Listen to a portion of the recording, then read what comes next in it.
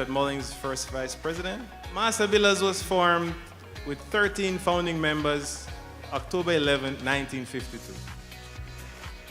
For decades, the association has been mandated to represent the commercial entities, the contractors, suppliers, merchants that participate in the Jamaican construction industry. An organized, well-run Jamaican construction company is one of the few entities that hires unattached youth. It's one of the few entities that hires ex-convicts. It's one of the few entities that hires the people who've been failed by the education and social systems. And we help to train them. We help to put them in a disciplined structure. We help them to pay taxes. And that's why you, the Jamaican people, want reputable, well-represented Jamaican contractors. And that's why the IMAJ is here. That's why we're here.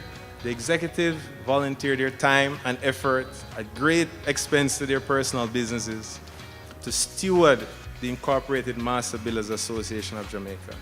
It is universally accepted that national development in its varied forms is generally a good objective.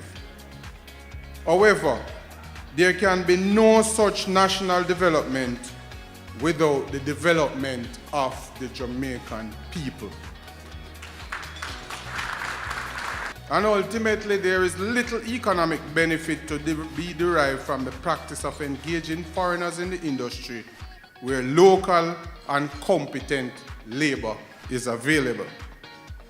There are some glaring inequities which attend to the growing number of construction contracts held by foreign entities. And these include the employment of foreigners versus the employment of locals who are equipped to do the job. And I pause here to note that using a shovel does not require advanced expertise. I'd like to express to all who are in attendance and who will hear this broadcast from other media that the Master Builders Association is currently on a drive to expand membership. And in keeping with what the guest speaker had said in terms of mergers and us bonding and coming together, we are encouraging first and foremost the UDC to put in an application to be an affiliate member of the association.